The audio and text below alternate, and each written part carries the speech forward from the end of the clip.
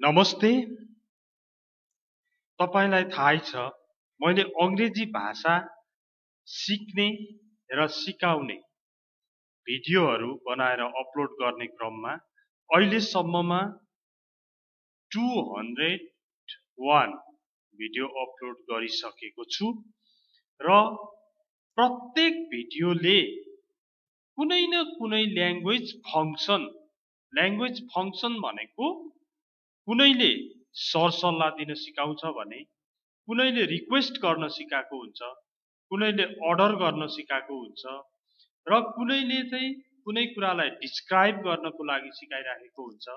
यसरी प्रत्येक भिडियोले एउटा न एउटा फंक्सन सिकाउँछ। त्यस्तो भिडियोहरू अपलोड गर्दै आएको छु र अहिलेसम्ममा 21 लाख भ्युज हुँदाखेरि र 26,000 भन्दा बढी सब्स्क्राइबरहरूले नियमित रूपमा हेर्दाखेरि के देखिन्छ भन्दा चाहिँ धेरै साथीहरूले चाहिँ मैले यस्तो सिकेँ, यो कुरा जाने, मैले चाहिँ मसँग अंग्रेजी भाषा पढ्न जाने समय थिएन, मसँग पैसा थिएन, तर मैले अहिले घरमै बसेर अंग्रेजी भाषा सिक्न पाएँ भनेर धेरै खुसी व्यक्त गर्नुभएको छ। त्यसबाट नै इन्स्पायर्ड हुँदै त्यसबाट अझ बढी इनर्जेटिक हुँदै चाहिँ मैले भिडियोहरू अपलोड गरिराखेको छु र तपाई यदि नयाँ भ्युअर हुनुहुन्छ यो भिडियोको भने युट्युबमा गएर द बेस्ट प्रिपरेसन भनेर खोज्नु पर्यो। त्यसपछि त्यसलाई क्लिक गर्ने, सब्स्क्राइब गर्ने, शेयर गर्ने र प्लेलिस्टमा गएर तपाईको इच्छा अनुसार ग्रामर मात्र हो कि कन्भर्सेसन मात्र हो कि आइल्स हो कि अथवा वर्ड्स एन्ड एक्सप्रेसन्स हो कि के पढ्न मन छ त्यो अनुसार सेलेक्ट गरेर पढ्न सक्नुहुन्छ। ओके, र आजको भिडियोमा चाहिँ अहिलेसम्मकै अलिक लामो उत्तर आउने खालको भिडियो लिएर आएको छु र यस्तो पनि सिक्नु पर्छ र आन्सर दिन मात्र जान्ने होइन कि आफूले सोध्न पनि जान्ने हुनुपर्छ।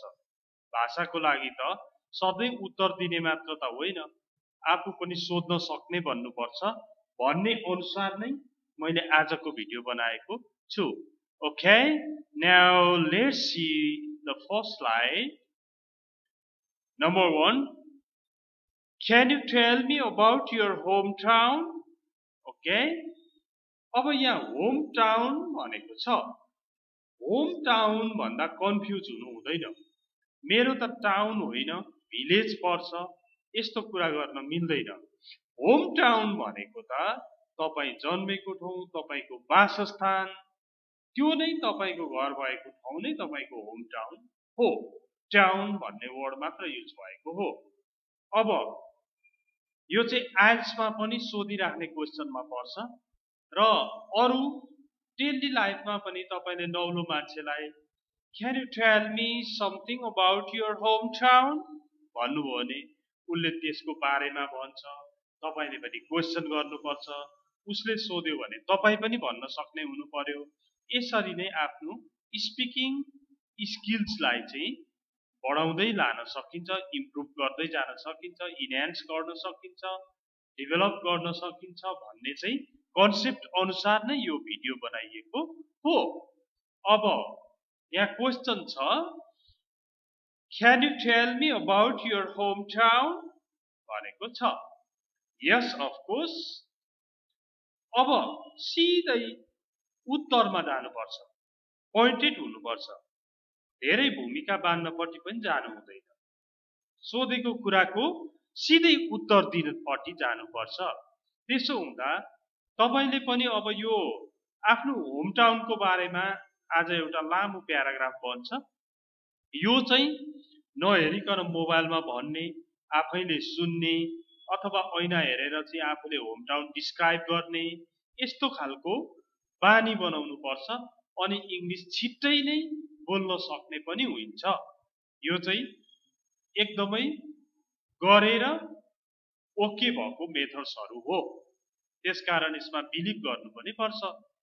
अब तपाईले कसैले तपाईलाई can you tell me about your home town भन्यो भने yes of course. The name of my hometown is सिधै नाममा गइहाल्ने. The name of my hometown is के हो तपाईको होमटाउनको नाम हैन सिधै त्यसमा जाने. सपोज सिरुडाँडा भन्ने होमटाउन रहेछ अरे कसैको भने of course the name of my hometown is सिरुडाँडा भनेर सुरु गरिहाल्नुहोस्. अनि it is located in अब कुन डिस्ट्रिक्ट हो डिस्ट्रिक्ट भन्दिने. सपोज इलाम डिस्ट्रिक्ट भएछ अरे अनि त्यति भन्दा उसले राम्रोसँग कहाँ पर्छ भन्ने त थाहा पाउँदैन. सपोज तपाईले the name of my hometown is Sirudara and it is located in Ilam district भन्नुभयो. इलाम डिस्ट्रिक्ट भने कता होला भनिराखेको बेला the eastern part of Nepal भन्नुभयो भने उले बुझ्ने भयो. अब तपाईको सेन्ट्रलमा पर्छ कि मध्य भागमा पर्छ कि वेस्टर्नमा पर्छ कि पश्चिम पश्चिममा पनि मिड वेस्टर्न मध्य पश्चिम फार वेस्टर्न सुदूर पश्चिम यसरी कुराहरू गर्ने. अनि it is about kilometer far from the city center. City सेन्टरबाट यति टाढा पर्छ पनि भन्नुपर्छ. सिटी सेन्टरबाट कति टाढा पर्छ त तपाईको home town 5 kilometres or 100 kilometers. It doesn't matter कति पर्छ त्यो भन्दिने हो. अनि कहिले काहीँ अब त्यो होम टाउनमा कहिले एउटा गुम्बा हुन्छ कहिले एउटा मन्दिर हुन्छ कहिले एउटा केही न केही त्यहाँ चाहिँ चर्चहरू हुन सक्छ जो चाहिँ फेमस हुन्छ अथवा कुनै पिकनिक स्पोट हुन सक्छ त्यहाँ कुनै पार्क हुन सक्छ त्यो के हो त्यो भन्दिने है. It is about 15 kilometers far from the city center. प्रत्येक डिस्ट्रिक्टमा सिटी सेन्टर हुन्छ हेडक्वार्टर हुन्छ. त्यो हेडक्वार्टरबाट सिटी सेन्टरबाट कति टाढा पर्छ अथवा it is about kilometer far from the main road. Main रोडबाट हाइवेबाट यति भित्र पर्छ यति टाढा पर्छ भन्दिने.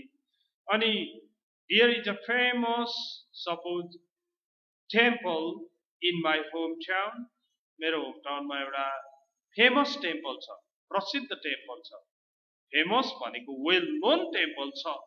ओके नाउ अब त्यसैलाई कसरी बढाउने बढाउनु पर्यो बढाउन पनि सिक्नु पर्यो. अब there is a famous temple in my hometown भनेपछि को आउँछ त त्यहाँ भिजिट गर्न त्यो कुरा गरिहाल्ने. के भन्ने भन्ने जस्तो नगर्ने क्या. Many internal and external tourists visit it every day. धेरै आन्तरिक र बाह्य पर्यटकहरूले चाहिँ प्रत्येक दिन यो मन्दिरको भ्रमण गर्नुहुन्छ भनियो. अनि most of the facilities like colleges, schools, health centers, police station, clean drinking water, electricity and transportation are available there. धेरै फ्यासिलिटिजहरु अधिकांश फ्यासिलिटिजहरु जस्तै कलेज स्कुल हेल्थ सेन्टर्सहरु police station clean drinking water अनि इलेक्ट्रिसिटी भनेको बिजुली भयो ट्रान्सपोर्टेसन यातायात सबै सुविधाहरु त्यहाँ छन्. अब त्यति भनेर के भन्नु भन्नु भनेर बस्नु भन्दा पनि के फ्यासिलिटी छैनन् त. सम फ्यासिलिटिज लाइक भनेर के छैनन् तिनीहरु पनि भन्दिने. त्यसपछि अब मान्छे कस्ता छन् के पेशा गर्छन् त्यतापट्टि लाग्ने. Some people are job holders. They work in private and public offices, companies, and some are businessmen, businesswomen. के छन् त्यहाँ. Some are farmers. Most of the people are farmers. धेरै जसो चाहिँ फार्मरहरू छन्. Some people are job holders. केही जागिरे छन्. यस्तै अनि त्यहाँनेरि अझै बढाउन मन लाग्यो भने यहाँ नलेखेको भए पनि the main income source of my hometown is, अब त्यहाँ कुनै क्याश क्रप्सहरू होला. क्याश क्रप्स भनेको नगदे बाली जस्तो जिन्जर अदुवा भयो हैन, कार्डमम अलैँचीहरू भयो. यस्तो कुराहरू चाहिँ के छ त्यहाँ है, ग्रेन्सहरू अन्नहरू बेच्छ कि, यस्तो कुराहरू पनि गर्ने अनि आफ्नो होम टाउनको बारेमा पुरै कुरा गर्ने. अथवा तपाईले कसैलाई can you tell me about your hometown भन्नु भएर उले यति कुरा भन्यो भने अब के भनेन यसो विचार गरेर क्वेशन गर्न पनि सिक्नु पर्छ. जस्तै how long have you lived there, तपाई कहिलेदेखि त्यहाँ बस्नु भएको छ. Okay, how long have you lived there, what form of transport do you usually use, तपाई चाहिँ what form of transport भनेको बसमा हिँड्नुहुन्छ कि, माइक्रोमा हिँड्नुहुन्छ कि, टेम्पोमा हिँड्नुहुन्छ कि, ट्रेनमा हिँड्नुहुन्छ कि, शिपमा, बोटमा, केमा हिँड्नुहुन्छ तपाई प्राय जसो. What form of transport do you usually use to go to your college, to go to your work, काममा जान, कलेज जान, to go to the city center जान, के खालको ट्रान्सपोर्ट तपाई प्रयोग गर्नुहुन्छ भन्दा अब उसले भन्ला I usually go to work by bus, go to college by bus भन्दै बोल्ला. अथवा चाहिँ by train, tempo, micro के भन्ला. अनि is there a fun park in your hometown, fun park रमाइलो गर्ने घुम्ने, चिल्ड्रेन पार्क बच्चाहरूलाई घुमाउने पार्कहरू छ कि छैन. Is there a swimming pool in your hometown, होमटाउनमा स्विमिङ पुल छ. यसरी तपाईले बढाई सोध्न पनि जान्नु पर्यो र सोधेको उत्तर दिन पनि जान्नु पर्यो. यसरी नै लामो टक गर्न, इंग्लिशमा लामो कुरा गर्ने सिपको विकास हुँदै जान्छ. Thank you for watching this video. Please don't forget to subscribe, share, like, dislike and comment. Good luck.